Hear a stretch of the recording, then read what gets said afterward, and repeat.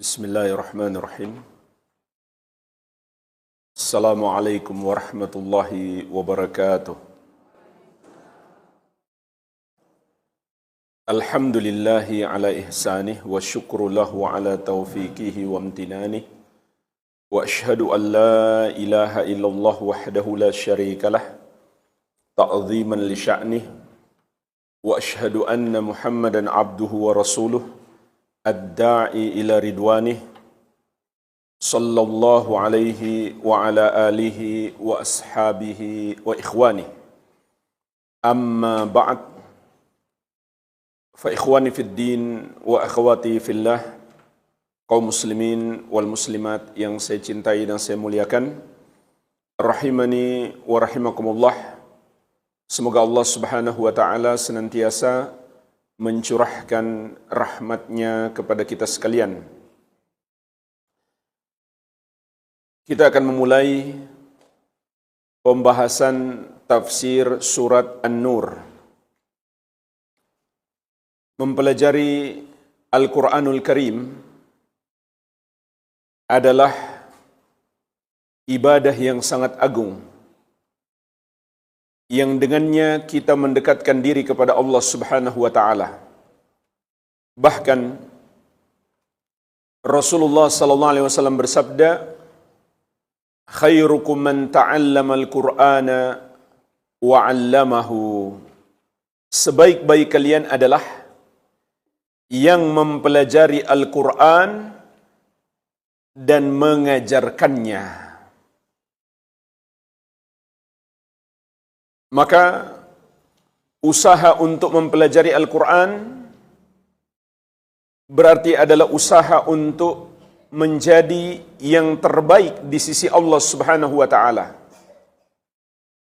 Khairukum man ta'allama al-Qur'ana wa 'allamahu. Sebaik-baik kalian adalah orang yang mempelajari Al-Quran dan mengajarkannya. Dan mempelajari Al-Quran yang paling tinggi adalah mempelajari tafsirnya. Bukan sekedar mempelajari cara membacanya. Ini juga wajib. Mempelajari cara membacanya yang benar dan berusaha menghafalnya. Namun yang paling wajib adalah mempelajari makna-makna dan kandungan-kandungan pelajarannya.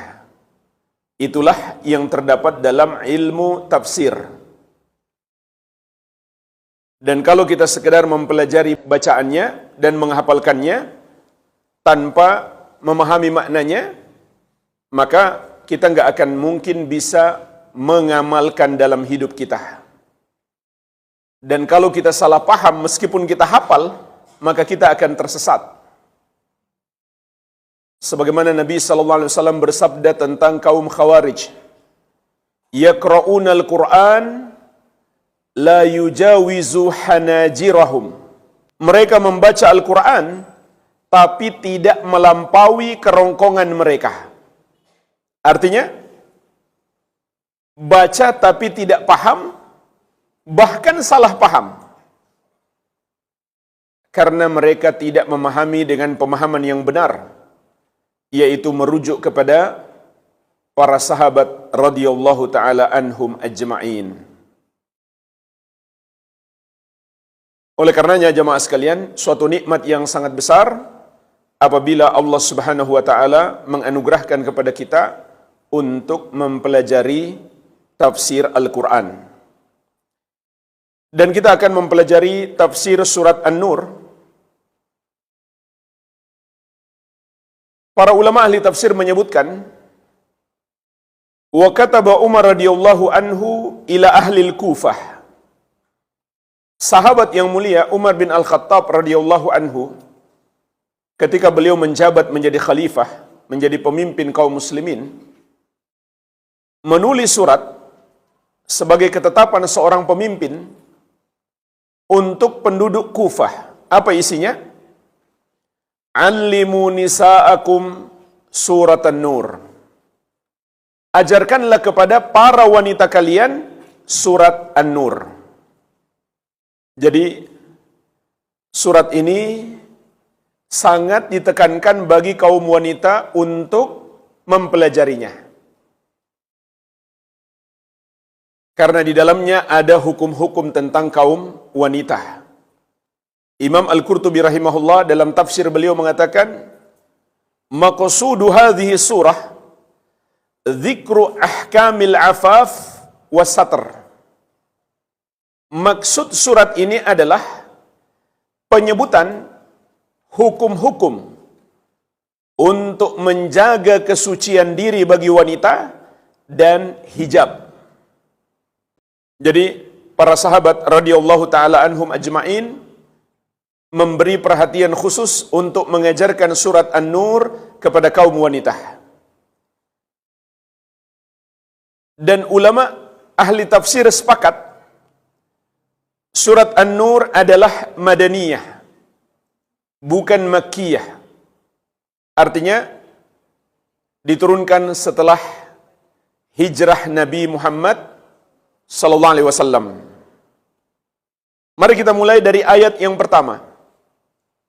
Allah Subhanahu wa taala berfirman, Suratun anzalnaha wa faradnaha wa anzalna fiha ayatin bayyinatin la'allakum tadhakkarun. Ini adalah satu surat yang kami turunkan dan kami wajibkan untuk menjalankan hukum-hukum yang ada di dalamnya, dan kami turunkan di dalamnya ayat-ayat yang jelas agar kamu dapat memetik pelajaran. Inilah ayat yang pertama. Dari ayat yang pertama ini kita dapat memetik 5 pelajaran penting.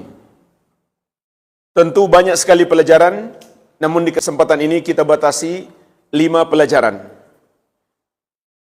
Pelajaran yang pertama, dalam ayat ini terkandung peringatan untuk kita memiliki perhatian yang besar dan pengagungan terhadap Al-Quran. Sebagaimana kata Imam Ibn Katsir rahimahullah dalam tafsir beliau, hadhihi suratun anzalnaha. Maksud ayat ini adalah surat yang kami turunkan, fihi tanbihun alal i'tina' biha walayan fi ma'adaha. Di dalamnya ada peringatan untuk memperhatikannya, namun tentu tidak menafikan selain surat ini. Jadi Allah mulai dengan ini adalah surat yang kami turunkan. Maksudnya, kalau begitu kamu harus perhatikan dengan baik. Allah ingatkan agar kita perhatikan, namun tidak menafikan untuk memperhatikan juga surat-surat yang lain. Imam Al-Qurtubi rahimahullah dalam tafsir beliau juga menjelaskan, was-suratu fil lughah ismun lil manzilati syarifah. Surat di dalam bahasa Arab adalah nama untuk kedudukan yang mulia. Walidzalika summiyati surah minal Qur'an surah. Oleh karena itu, surat Al-Quran disebut surat. Kenapa? Karena surat-surat dalam Al-Quran tentu memiliki kedudukan yang mulia.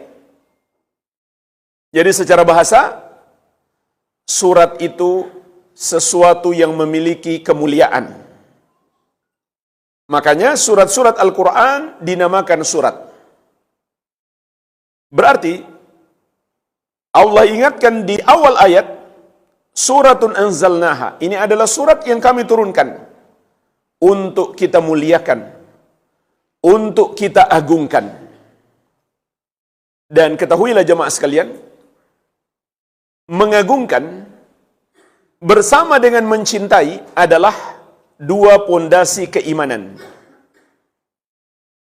Terhadap semua yang kita imani, mesti dibangun di atas dua pondasi ini, cinta dan pengagungan. Kita beriman kepada Allah Subhanahu wa Ta'ala, berarti kita mencintainya dan mengagungkannya. Maka konsekuensinya, kita juga mencintai dan mengagungkan syariatnya, ayat-ayatnya, hadis-hadis nabinya sallallahu alaihi wasallam. Dan di surat Al-Baqarah ayat 165 Allah sebutkan bagaimana kecintaan orang-orang beriman kepada Allah Subhanahu wa taala. Wa minan nasi may yattakhidhu min dunillahi andada yuhibbunahum kahubbillah walladzina amanu asyaddu hubban lillah.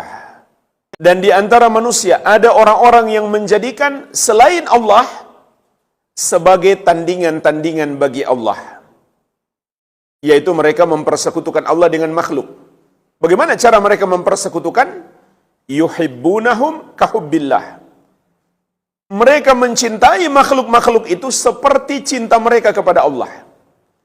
Jadi mereka samakan cinta kepada makhluk dengan cinta mereka kepada Allah, maka itu syirik. Kemudian Allah tegaskan, walladzina amanu asyaddu hubban lillah. Adapun orang-orang yang beriman lebih kuat cinta mereka kepada Allah daripada orang-orang musyrik itu. Oleh karenanya jemaah sekalian, membenci satu ajaran syariat membatalkan keislaman, atau membenci satu ajaran Islam atau satu surat dalam Al-Quran atau satu ayat ataupun satu hadis Nabi sallallahu alaihi wasallam, maka ini pembatal keislaman. Kenapa? Karena itu menghancurkan pondasi keimanan, yaitu cinta. Di surat Muhammad ayat ke-9 Allah Subhanahu wa taala menegaskan, "Dzalika bi annahum karihu ma anzalallah fa ahbata a'malahum."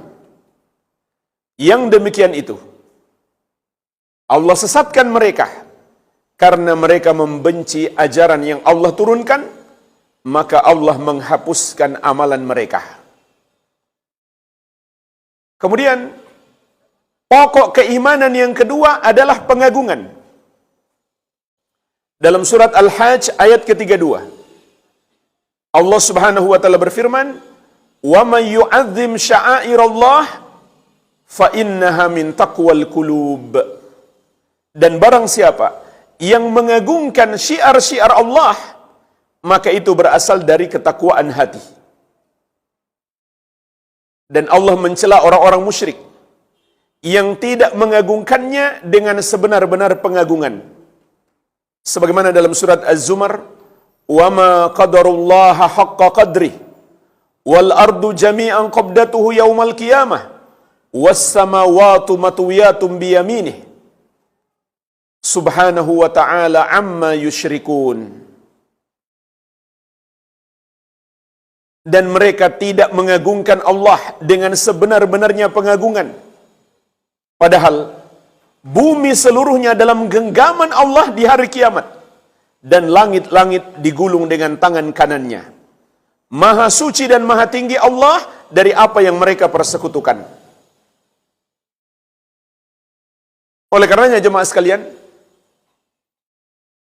sifat atau ucapan maupun perbuatan yang mengandung perendahan terhadap syariat itu membatalkan keislaman.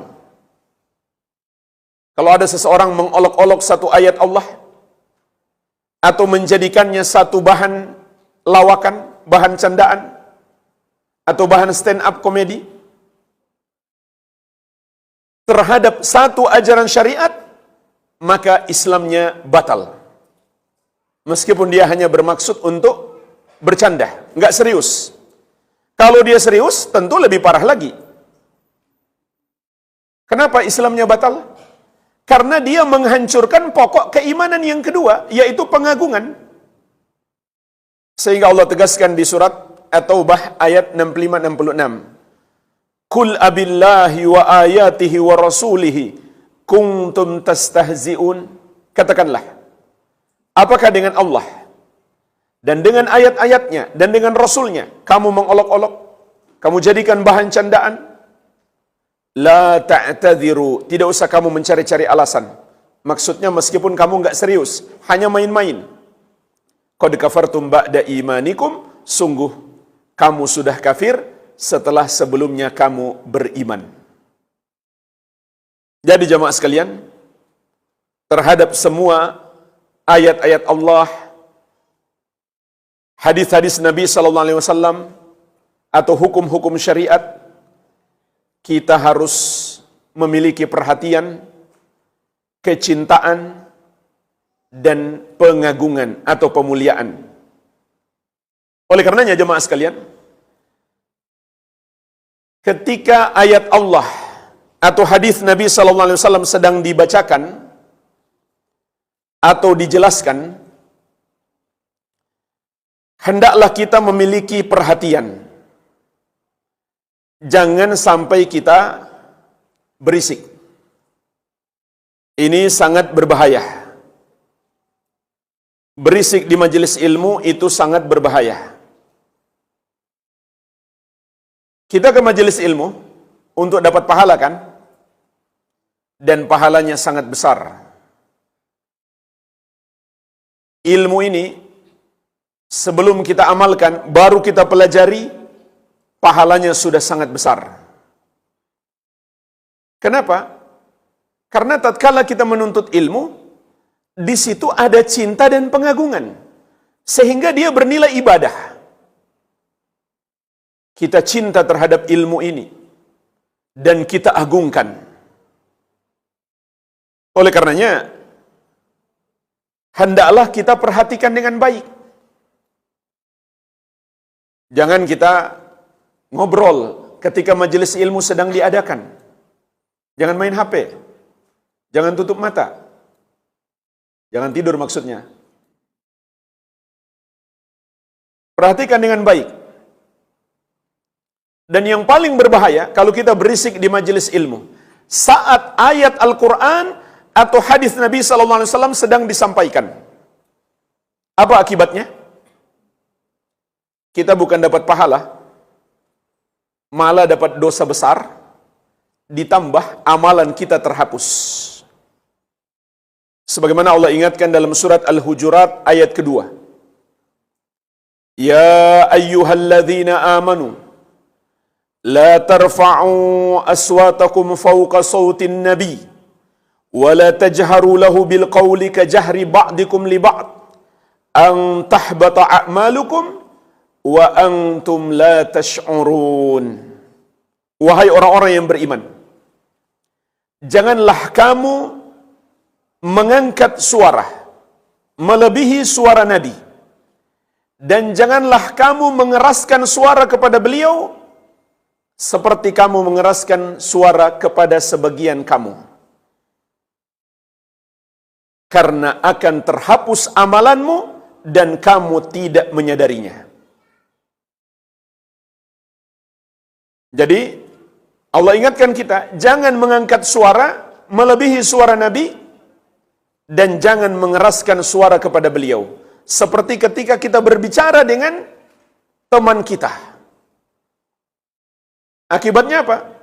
Amalan akan terhapus tanpa disadari. Pertanyaannya jemaah sekalian, apakah ayat ini masih berlaku sampai sekarang? Jawabannya masih. Kapan itu? Dalam dua keadaan. Yang pertama, di dekat kubur Nabi Muhammad sallallahu alaihi wasallam. Atau secara umum di masjid beliau, di Masjid Nabawi. Enggak pantas kita mengeraskan suara. Ini yang pertama. Yang kedua, tatkala hadis-hadis Nabi sallallahu alaihi wasallam sedang disampaikan. Apalagi Al-Quran, tentu lebih parah lagi kalau begitu, jika kita berisik. Jadi, masih berlaku dalam dua keadaan ini. Kalau kita berisik, mengeraskan suara saat ayat dan hadis disampaikan, akibatnya apa? Amalan kita terhapus. Subhanallah.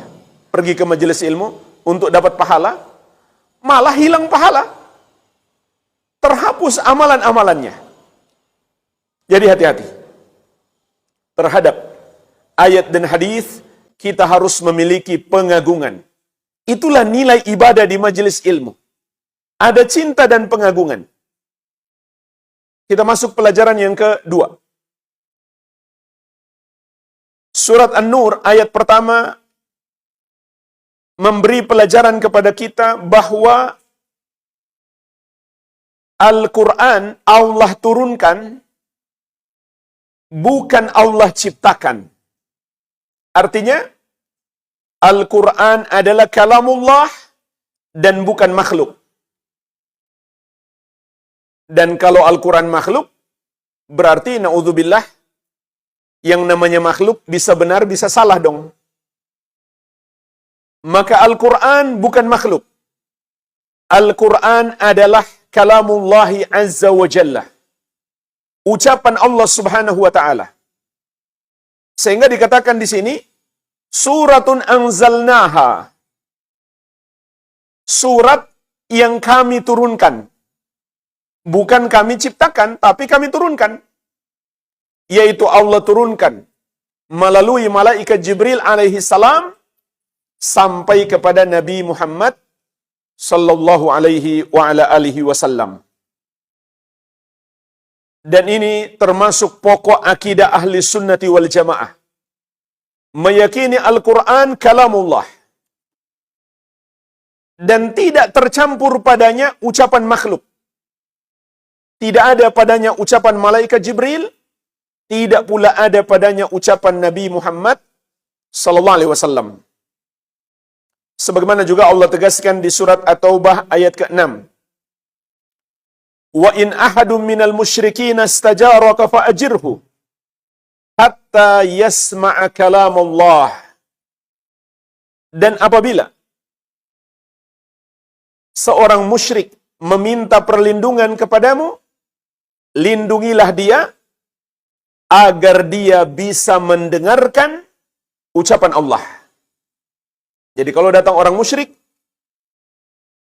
maka jadikan itu peluang untuk mendakwahinya. Agar dia bisa mendengar kalam Allah, ucapan Allah subhanahu wa ta'ala. Maka ayat ini menegaskan Al-Quran adalah ucapan Allah tabaraka wa ta'ala dan bukan makhluk. Dan ulama ahli sunnah sepakat, tidak ada perbedaan pendapat. Seluruh ulama ahli sunnah dari seluruh madhab, baik Hanafi, Maliki, Syafi'i, Hambali, Zahiri, dan yang lainnya. Semuanya sepakat. Al-Quran adalah kalamullah, dan barang siapa yang mengatakan Al-Quran adalah makhluk, maka dia kafir. Murtad, keluar dari Islam. Ini disepakati seluruh ulama Islam. Tidak ada perbedaan pendapat. Oleh karenanya, ulama Islam juga mengkafirkan golongan Jahmiyah. Golongan yang mengatakan Al-Quran itu makhluk. Maka Ahlus Sunnah mengimani Al-Quran itu adalah ucapan Allah. Allah berbicara mengucapkannya secara hakiki. Dengan suara dan huruf-huruf yang ada padanya. Tapi keyakinan Ahlus Sunnah, Al-Quran adalah kalamullah, itu tidak sama dengan keyakinan Asy'ariyah dan Maturidiyah. Ini dua golongan yang sering dianggap Ahlus Sunnah secara mutlak. Padahal dalam banyak akidah masih menyelisihi ahli sunnah. Bahkan dalam akidah yang sangat pokok. Jadi golongan Asy'ariyah termasuk yang menyelisihi ahlu sunnah dalam beriman kepada Al-Quran. Apa pendapat mereka tentang Al-Quran? Mereka mengatakan, Al-Quran adalah ibaratun an kalamillahi azza wa jalla. Al-Quran itu hanya ibarat atau ungkapan tentang ucapan Allah. Jadi maksud mereka, itu bukan Allah yang berucap. Karena ini dibangun di atas kebatilan akidah mereka. Jadi menurut mereka, Allah memang memiliki sifat al-kalam, berbicara. Tapi Allah tidak lagi berbicara. Na'udzubillah. Seakan-akan mereka yang mengatur Allah untuk berbicara. Kenapa? Karena menurut akal mereka, jika Allah masih berbicara, menjadi sama dengan makhluk. Kalau Allah masih bersuara, menjadi sama dengan makhluk. Karena makhluk juga berbicara, makhluk juga mengeluarkan suara. Padahal jemaah sekalian, antara satu manusia dengan manusia lain saja, cara berbicaranya berbeda.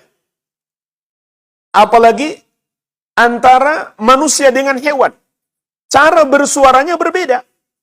Maka bagaimana lagi antara Allah dengan makhluk? Tentu tidak sama. Meskipun sama-sama disebut berbicara, tapi cara berbicaranya Allah dengan makhluk tentu tidak sama. Laisa kamitslihi syai'un wa huwas samiul basir. Tidak ada yang serupa dengan Allah dan Dia Maha mendengar lagi Maha melihat.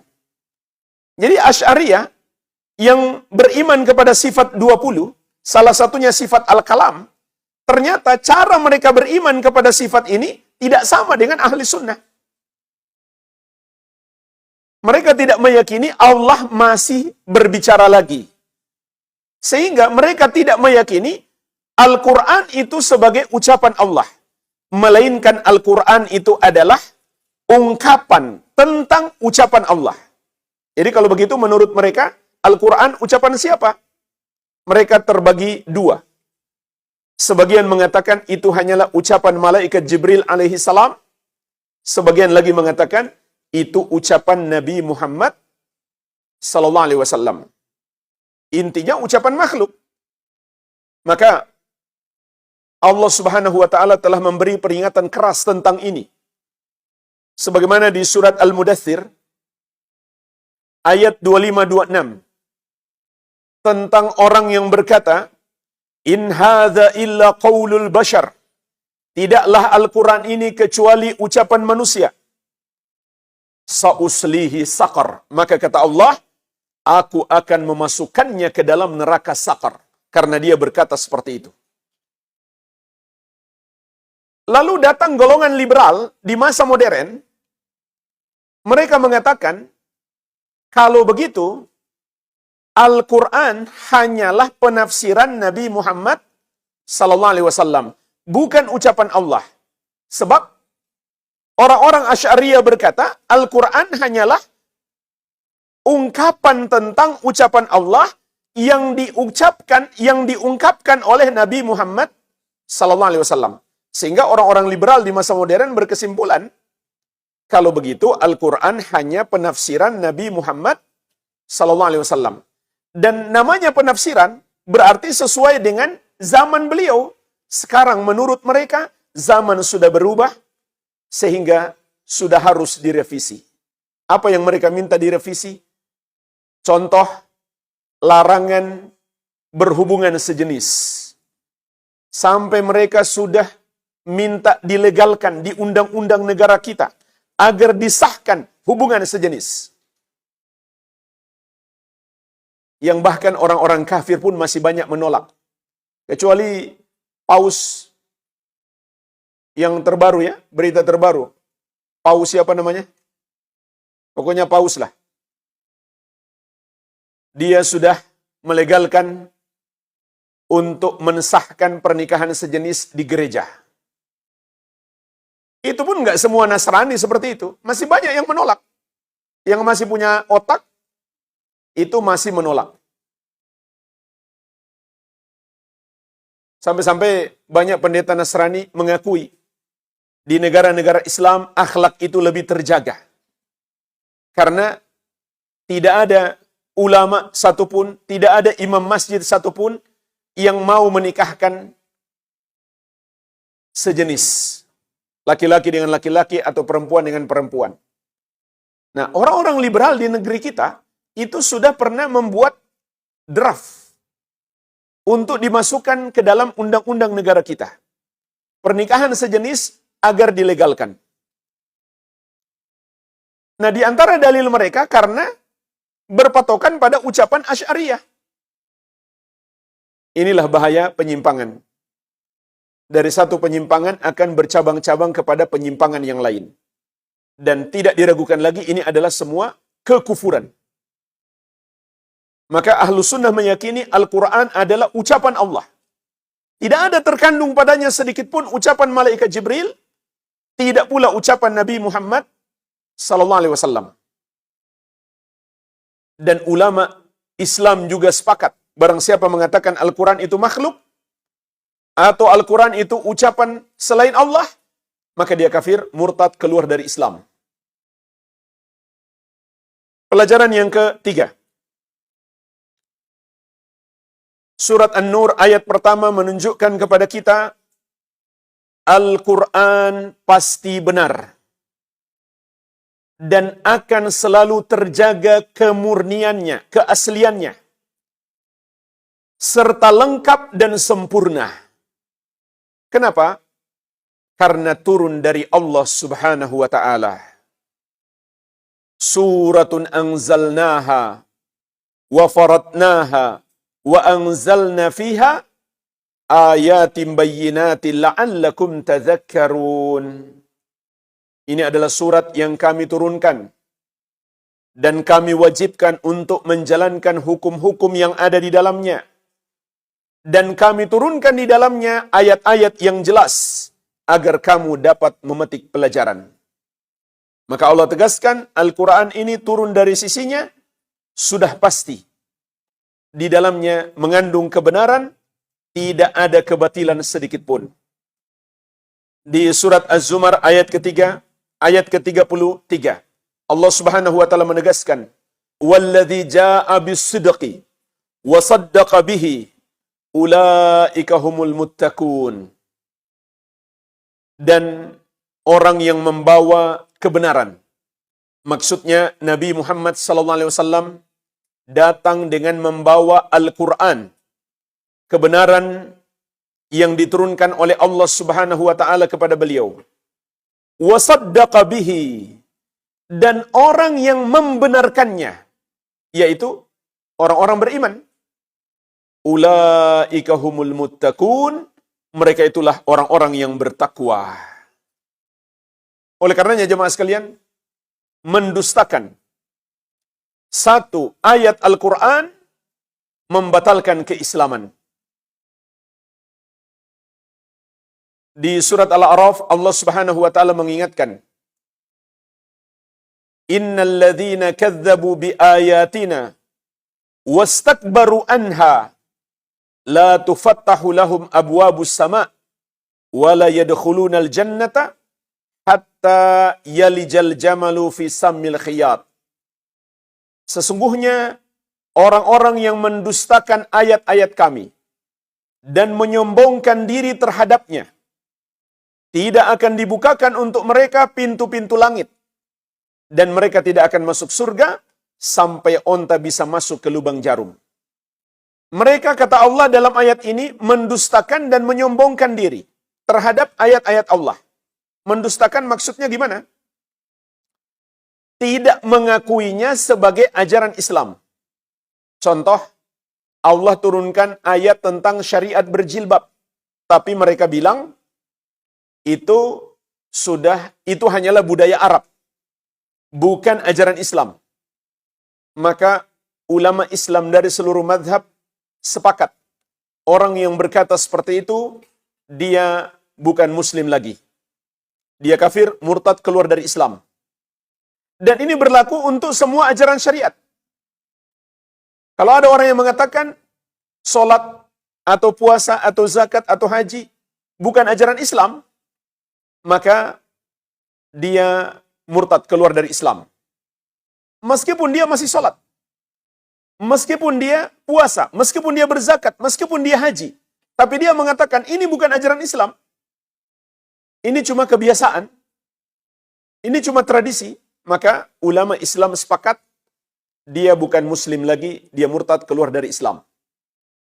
Sedangkan yang dimaksud dengan menyombongkan diri adalah dia masih mengakui itu ajaran Islam, tapi dia katakan misalkan sudah nggak relevan dengan zaman.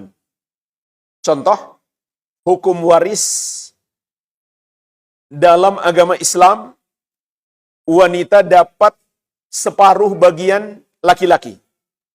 Dia katakan, saya akui itu ajaran Islam, tapi sudah nggak sesuai zaman. Maka ulama Islam sepakat, dia bukan muslim lagi, Islamnya batal. Dan dalam ayat ini Allah katakan, La tufattahu lahum abwabus sama. Tidak akan dibukakan untuk mereka pintu-pintu langit. Artinya apa? Ada dua artinya. Yang pertama, amal-amal soleh mereka tertolak. Sebab dihalangi oleh dosa kekufuran. Sebagaimana juga Allah ingatkan di surat At-Taubah ayat ke-54. Wa ma mana'ahum an tuqbala minhum nafaqatuhum illa annahum kafaru billahi wa birasulih. Dan tidak ada yang menghalangi diterimanya sedekah-sedekah mereka kecuali karena mereka kafir kepada Allah dan Rasulnya. Ini makna yang pertama. Makna yang kedua, ruhnya tidak bisa naik ke langit untuk menghadap Allah Subhanahu wa ta'ala. Allah tidak mau berjumpa dengannya. Sebagaimana juga disebutkan dalam hadis yang panjang tentang perjalanan ruh, Nabi SAW menceritakan, malaikat membawa dia untuk berjumpa dengan Allah sampai ke depan pintu langit yang pertama, tapi Allah tidak izinkan pintu langit itu dibukakan untuknya. Kemudian Nabi SAW menyebutkan bagaimana nasibnya. Dia dilempar. Dan pelemparan ini Allah sebutkan juga di surat Al-Hajj. Wa may yusyrik billahi faka'annama kharra minas sama'i fatakhtafuhu tayr aw tahwi bihi ar-rih fi makanin sahiq. Dan barang siapa yang mempersekutukan Allah, maka seakan dia jatuh dari langit, kemudian disambar oleh burung atau diterbangkan oleh angin sampai ke tempat yang sangat jauh. Ternyata makna ayat ini, kata Nabi SAW, dia dilempar beneran dari langit ke bumi, ke kuburannya, sampai menyatu lagi dengan jasadnya untuk menghadapi malaikat Munkar dan Nakir, kemudian mendapatkan azab kubur.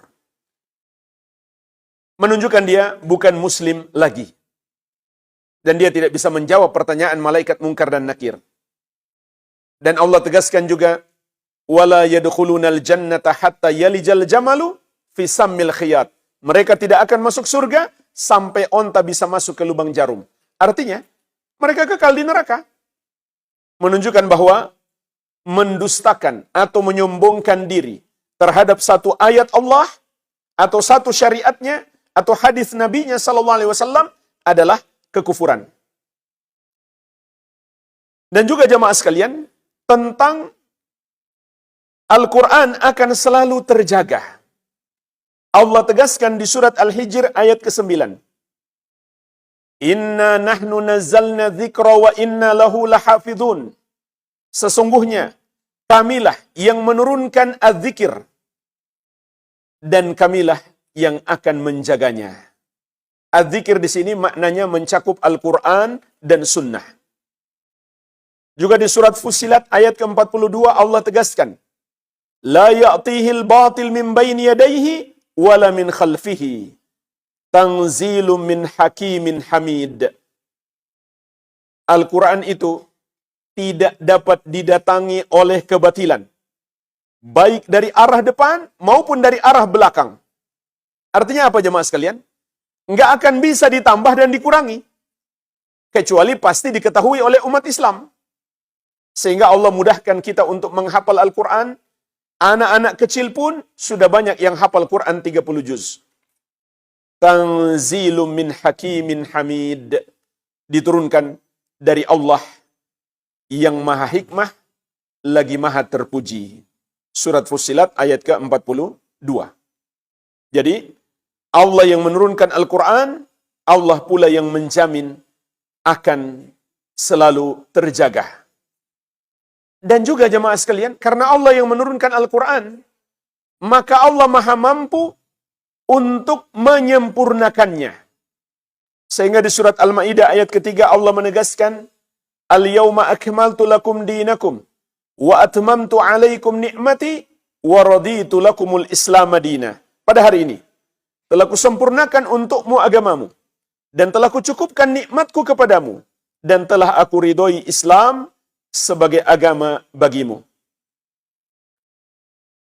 Dan di surat An-Nahl ayat ke-89 Allah menegaskan, wa nazzalna 'alaikal kitaba tibyanan likulli syai' wa hudaw wa rahmah wa busyra lil muslimin. Dan sungguh kami telah menurunkan kepadamu wahai Muhammad Al-Quran yang menjadi penjelas terhadap segala sesuatu dan petunjuk serta rahmat dan kabar gembira bagi kaum muslimin. Jadi, kalau begitu jamaah sekalian, Al-Quran akan selalu cocok dan sesuai untuk segala zaman. Karena Al-Quran sempurna. Dan semua yang kita butuhkan untuk meraih kebahagiaan di dunia dan di akhirat sudah ada di dalam Al-Quran. Dan Al-Quran itu sendiri menyuruh kita mengikuti As-Sunnah. Maka mengikuti As-Sunnah sama dengan mengikuti Al-Quran. Menentang hadis-hadis Nabi SAW sama dengan menentang Al-Quran. Jadi ini pelajaran yang ketiga.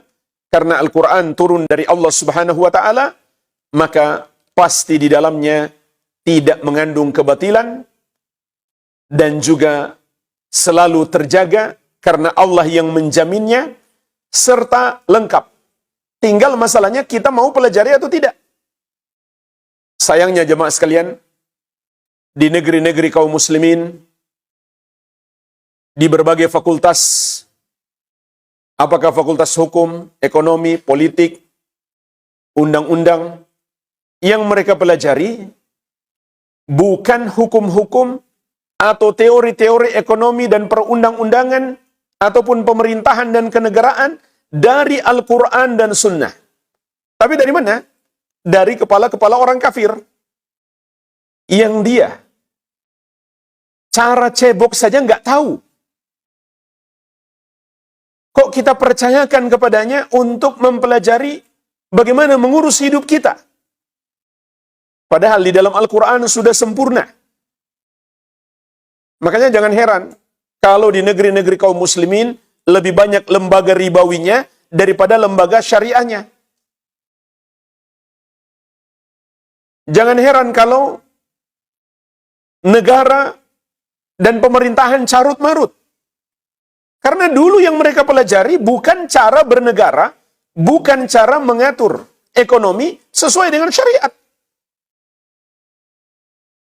Kebanyakan bertentangan dengan syariat, tapi mereka anggap itulah kebenaran.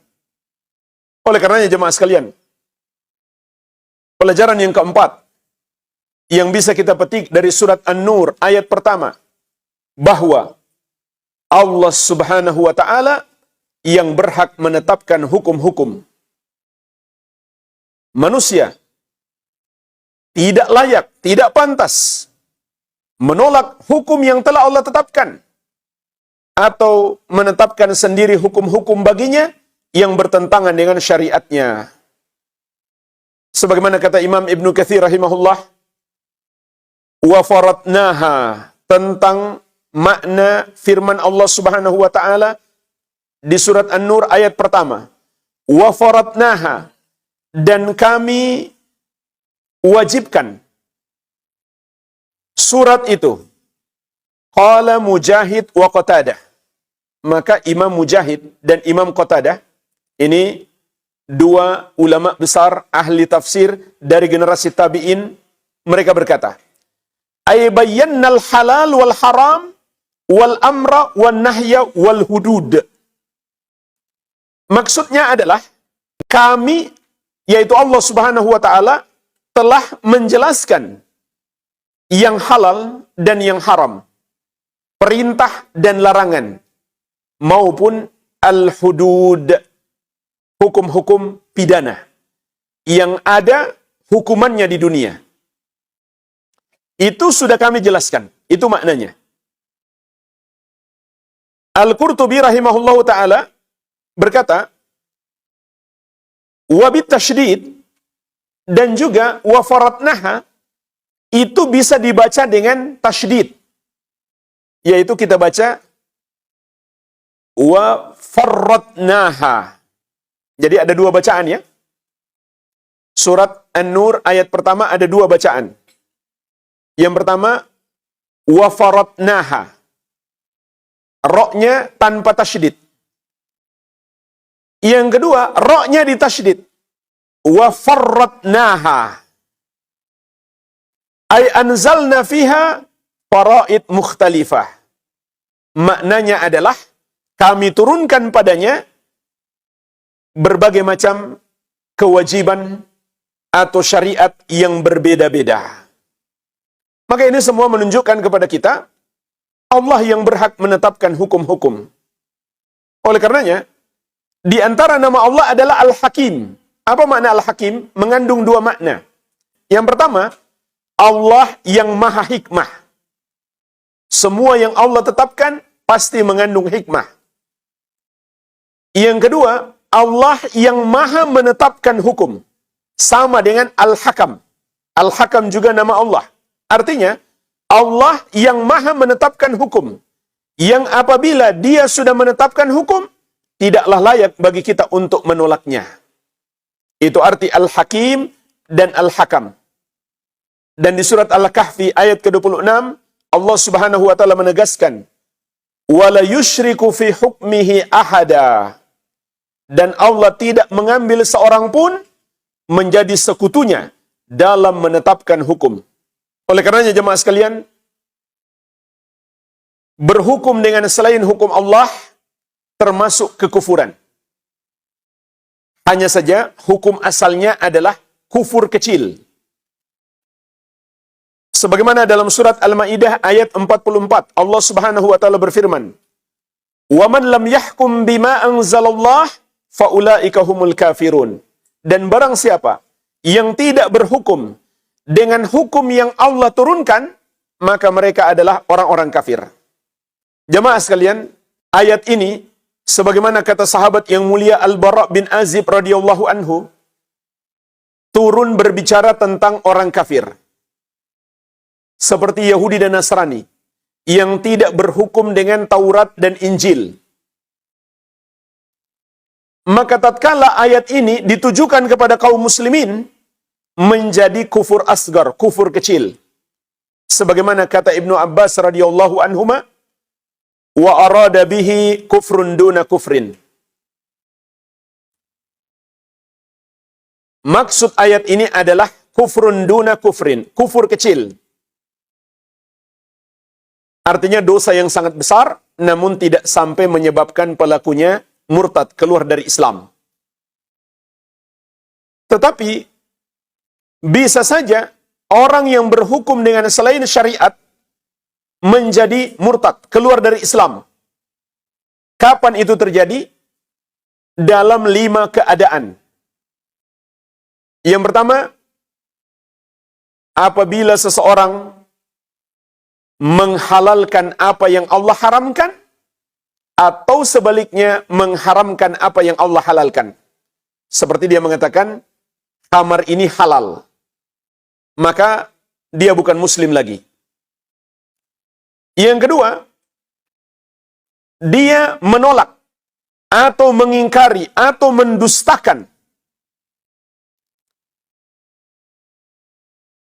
atau menyombongkan diri terhadap hukum-hukum syariat. Sebagaimana sudah kita jelaskan tadi. Menolak, mengingkari, mendustakan atau menyombongkan diri terhadap hukum syariat adalah pembatal keislaman. Yang ketiga, dia sama sekali tidak berhukum dengan satupun syariat.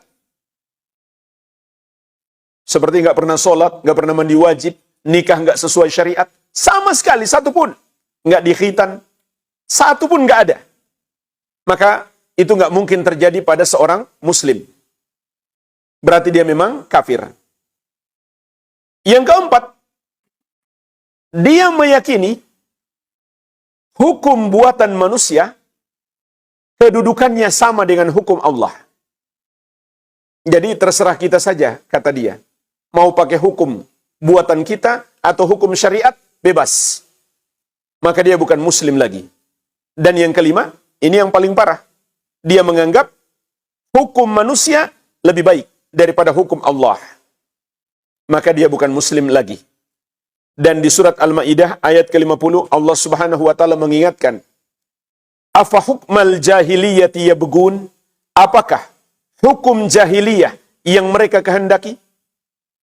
"Wa man ahsanu minallahi hukman liqaumi yuqinun." Dan siapakah yang lebih baik hukumnya daripada hukum Allah bagi orang-orang yang yakin, yaitu orang-orang yang beriman. Jadi ayat ini menegaskan, jemaah sekalian, semua hukum yang bertentangan dengan syariat itu dinamakan oleh Allah Subhanahu wa taala sebagai jahiliyah. Terserah itu mau disebut hukum, undang-undang, aturan, ataupun adat, atau tradisi, budaya bangsa, etika, moral, terserah. Kalau itu bertentangan dengan syariat, maka itu disebut jahiliyah. Dinisbatkan kepada al-jahal, kebodohan. Meskipun yang merumuskannya adalah para profesor doktor jebolan universitas ternama dari fakultas hukumnya. Kita jangan silau. Allah katakan mereka adalah orang-orang bodoh. Kalau mereka menetapkan hukum, merumuskan undang-undang yang bertentangan dengan syariat. Apalagi kalau yang merumuskannya cuma orang-orang yang nggak sekolah. Kenapa dia terpilih sehingga dia bisa merumuskan undang-undang? Karena dia punya uang untuk serangan fajar. Karena dia punya uang untuk kampanye. Padahal dia adalah penjahat. Nggak sekolah. Nggak mendalami ilmu hukum. Dia yang dipilih oleh masyarakat untuk merumuskan undang-undang. Maka siapapun yang merumuskan, meskipun mereka sebut sebagai profesor doktor, kalau bertentangan dengan syariat, maka Allah namakan itu adalah jahiliyah, kebodohan. Maka kita jangan silau. Jadi, pada dasarnya berhukum dengan selain syariat Allah itu adalah kufur kecil, dosa yang sangat besar, belum sampai kufur besar, kecuali dalam 5 keadaan. Kita masuk pelajaran yang terakhir, yang kelima, yang bisa kita petik dari surat An-Nur ayat pertama. Bahwa hukum-hukum yang berlaku di masa Nabi SAW itu sampai akhir zaman. Sebagaimana kata Imam Ibn Katsir rahimahullah, wa qala al-Bukhari, Imam Al-Bukhari berkata, wa man qara'a faradnaha. Dan di antara ulama membaca faradnaha. kami wajibkan hukum-hukum itu. Yaqul, kata Al-Bukhari, faradna alaikum wa ala man ba'dakum. Maksudnya kami wajibkan hukum-hukum dalam surat An-Nur ini kepada kalian dan kepada generasi setelah kalian. Juga berkata Imam Al-Qurtubi dalam tafsir beliau, wa faradnaha quri'a bi takhfifir ra. Makna firman Allah Subhanahu wa taala wa faradnaha dibaca dengan ra ditakhfif, artinya tidak ditasydid. Wa faradnaha, bukan farradnaha. Maka maknanya menjadi faradna alaikum wa ala man ba'dakum ma fiha minal ahkam. Kami wajibkan atas kalian dan kepada generasi setelah kalian semua hukum-hukum yang ada padanya, yang ada pada surat An-Nur ini maupun yang ada dalam Al-Quran secara umum. Jadi ini makna ayat. Sehingga hukum-hukum ini terus berlaku sampai hari kiamat. Dan juga jamaah sekalian, ulama Islam sepakat, barang siapa yang mengatakan ada satu hukum syariat yang sudah tidak relevan, maka dia bukan muslim lagi. Dari tadi saya sebutkan, ini kesepakatan ulama. Karena ini pokok-pokok akidah yang kita nggak boleh beda pendapat. Ulama dari seluruh mazhab, Hanafi, Maliki, Syafi'i, Hambali, Zahiri, maupun yang lainnya itu sepakat. Hukum syariat itu berlaku sampai akhir zaman. Kalau ada yang mengatakan misalkan, seperti yang kita contohkan tadi, hukum waris sudah nggak sesuai zaman. Wanita sekarang kan sudah emansipasi. Kenapa cuma dikasih separuh bagian laki-laki? Maka itu sudah nggak sesuai zaman. Harusnya disamakan. Maka orang yang berkata seperti ini, sepakat ulama Islam, dia bukan muslim lagi. Begitu pula, orang yang berkata, pengharaman khamar misalkan, sudah nggak sesuai zaman. Karena kehidupan modern mengharuskan kita minum khamar. Na'udzubillah, maka dia bukan muslim lagi. Meskipun dia nggak pernah minum khamar. Tapi dia mengatakan, khamar sekarang halal bagi siapa yang mau. Dan sebaliknya, meskipun dia minum khamar, tapi dia tetap yakin khamar itu haram, maka dia masih muslim. Paham bedanya? Dia minum khamar, tapi dia tetap yakin khamar ini haram. Dia masih muslim atau tidak? Muslim. Meskipun dia tidak minum khamar, tapi dia mengatakan khamar ini halal. Dia muslim atau tidak? Tidak. Islamnya batal. Jadi, bedakan antara mendustakan hukum khamar dan meminum khamar. Ini dua dosa, tapi beda tingkatan. Yang pertama kufur, yang kedua dosa besar. Namun tidak sampai menyebabkan pelakunya kufur. Oleh karenanya jemaah sekalian, Allah Subhanahu wa taala menegaskan Nabi Muhammad SAW diutus untuk seluruh umat manusia. Dalam surat Al-A'raf ayat 158.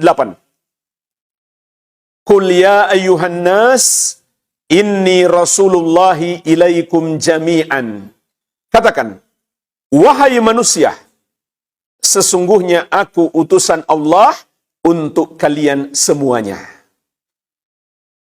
Semuanya, dimanapun, kapanpun manusia itu berada, sejak diutus Nabi SAW sampai hari kiamat, berlaku syariat Allah atas mereka. Oleh karenanya juga, ulama Islam sepakat, pemahaman sufi ekstrim, atau gulat sufiyah, bahwa kalau sudah jadi wali, berarti sudah sampai derajat hakikat, dan dia telah memiliki ilmu batin, maka dia tidak wajib lagi mengamalkan syariat. Ini adalah keyakinan kufur. Tapi malah dianggap sebagai wali. Ini kekufuran satu golongan yang disebut gulat sufiyah. Sampai orang-orang sufi yang lain pun mengkafirkan mereka. Jadi nggak semua sufi seperti itu. Maka ini ajaran kekufuran. Jadi kata mereka, kalau sudah sampai derajat hakikat, sudah nggak perlu lagi dengan syariat. Kenapa? Sudah jadi wali. Nggak berlaku lagi ajaran Nabi Muhammad SAW kepadanya. Bahkan mereka merasa, kalau sudah jadi wali, lebih tinggi daripada Nabi Muhammad SAW. Na'udzubillah, ini ajaran orang-orang sombong. Dan ulama Islam sepakat, ini adalah kekufuran. Tidak ada perbedaan pendapat ulama. Walhamdulillah jamaah sekalian, inilah penjelasan ringkas 5 pelajaran yang bisa kita petik dari surat An-Nur ayat pertama. Tentu masih banyak pelajaran yang terkandung di dalamnya, namun waktu membatasi kita. Semoga yang sedikit ini bermanfaat. Wabillahi taufik. Walhamdulillahi rabbil alamin. Al-Amwah menemani ibadahmu juga hijrahmu.